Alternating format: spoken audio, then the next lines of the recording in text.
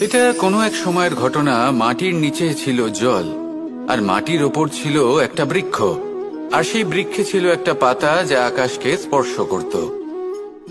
যখনই কোনো ব্যক্তি আসতেন, সেই পাতাকে দেখে তার প্রশংসা করতেন।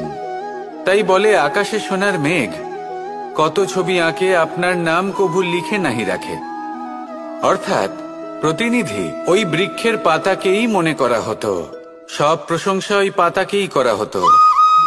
যেখানে চোখের আড়ালে থাকা সেই জল মাটির নিচে থেকে নিঃস্বার্থভাবে নিজের কাজ করে যেত, সেই বৃক্ষকে শক্তি প্রদান করত।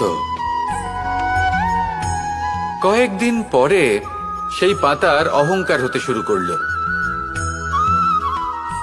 সে ভাবতে শুরু করলো যে আমিই হলাম এই জলের অস্তিত্ব, আমি আছি সেই কারণেই এই জলের কথা স্মরণ করা হয়। আর কিছুদিন পরে সেই বৃক্ষ সেই জল শোষণ করা বন্ধ করে দিল, এবং সর্বপ্রথম মৃত্যু হলো সেই পাতার। সেই পাতা যা আকাশকে স্পর্শ করছিল তা ঝরে মাটিতে পড়ে গেল, আর প্রত্যেক ব্যক্তি তার ওপর দিয়ে হেঁটে চলে যেত, তাকে দেখে আর কেউ প্রশংসা করত না। সেই জন্য জীবনে কখনো অহংকার করবেন না।